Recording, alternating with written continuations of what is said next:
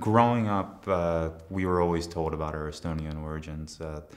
Even as a little kid, my Vanema, my grandmother, I guess, but we always called her Vanema. That's how we always associated our two grandmothers. So my mother's mother was Vanema, and then my dad's mother was grandmom. And we always knew that we were Estonian, and we in the town that we grew up in, and right outside of Seabrook, New Jersey, there was a large Estonian population.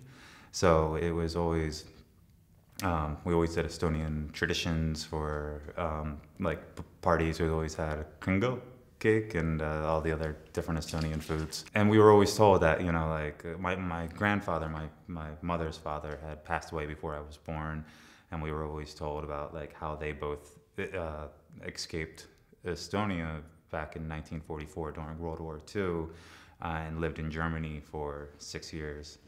And then they came over to the States, and it was always kind of like Estonia was this like mystical land of, we were always told about Vikings and very tall people. We were like, oh, you know, a lot of our cousins and second cousins were like 6'8", 6'9", just very tall. I don't know what that is in meters, but yeah, so it was always like, we were always connected to that, to Estonia, and we always associated ourselves with being even Estonian.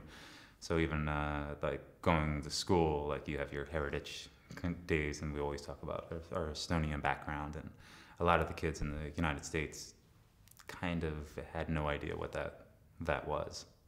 You know, almost people thought we were making it up. Maybe once or twice a year we had like go to an Estonian event, and you know, for as a kid, you're like the weird food that's happening.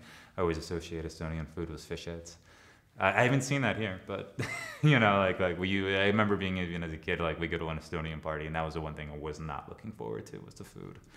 Like, you know, you're very picky when you're a child, and you just see like the fish, and you see the fish head and the eyeball, and you're just like, I'm not gonna do that. And we used to always have smoked eel, which I've grown to like, but you know, just something with seeing faces on your food always a little. But and then also the cakes, you're like, oh, that looks like a sweet dessert, but it has like blood sausage in it. And we used to always think that, you know, like you think of Superman is from Krypton, you're like, oh, we're from Estonia, that was our Krypton. And it being not available to us during, you know, for the first 6 or 7 years, or since '91. I was born in '83. Yeah, so it was like about 9 or 10 when Estonia got their freedom. It was always a land that we could never go to, and we could not, you know, like we just hear stories about it.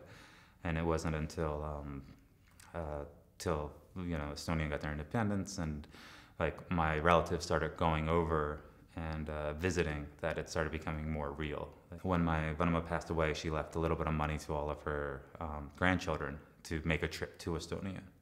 So in 2002, I made the trip. I was 19 years old. I came with my brother, my mother, and my uncle, and we came to Tallinn, and then we went to Saaremaa and saw the bunker where my mother was lived in the first few months of her life because of the bombings in Germany. And then we went to the point, to the lighthouse where they were shipped off to when they had to escape the island. I was appreciative at the time, but I think being 19, I still felt like a teenager. I have to admit, you know, I still was a kid, and you're kind of like, you hear the history, and you're like, blah, blah, blah, and it's all like, it's all hitting you at once, and you're just not like, I don't know if it's going in or, you know, it's processing or anything, but taking this trip now that I'm in my early 30s, it's been great. You know, it's almost like a second chance for that trip, and really appreciating and doing my own documentation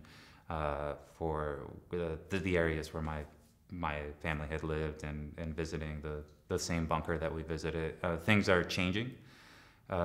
Everything is getting built up, so it doesn't feel like this, you know, it almost doesn't feel as authentic in some of the areas. Like even the spot where my mother and her mother and her family shipped off, like there was a construction site, and they were building something there, and it felt like it's going to be something touristy. And you know, I think it's going to be slowly losing its magic to a certain extent, but I'm just happy that I got a chance to come now.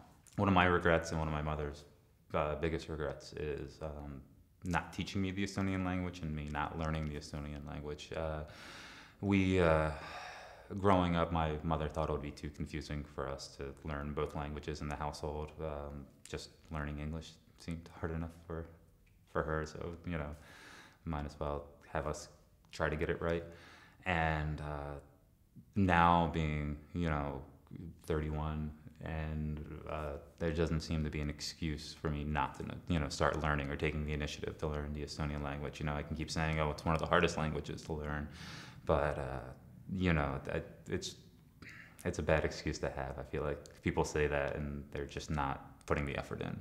I have both. I have two citizenships. I have a citizenship to the United States and a citizenship to Estonia. It's funny, as a child, I always identified as I'm half Estonian, or I'm Estonian.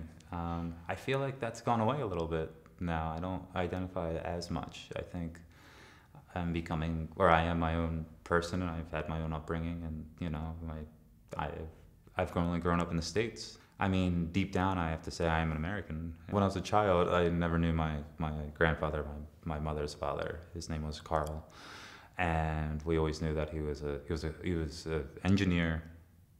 He was an engineer when he studied engineering when he was in Estonia. He escaped the Estonian army, or he escaped the Russian army. He was an Estonian fighting on the Russian lines, and he escaped. He just left the Russian army, which I think what I always heard terrified him. He was always kind of looking over his back, and he actually walked from Russia escaped from Russia and went back to Estonia, and then eventually back to Sadamaa, and fled with my grandmother.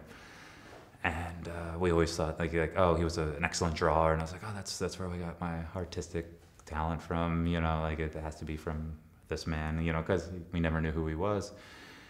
And then after my grandmother passed away, we discovered that he really wasn't my mother's father.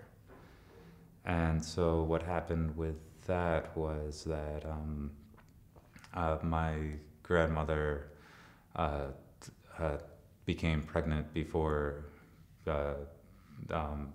having relations with Carl, or that there was a lot of stuff going on in the war, and it was an Estonian soldier, but it was fighting for the German side, and we never knew what happened to that man. And I found this out when I was about 16 or 17 years old, and that's like, wait, what?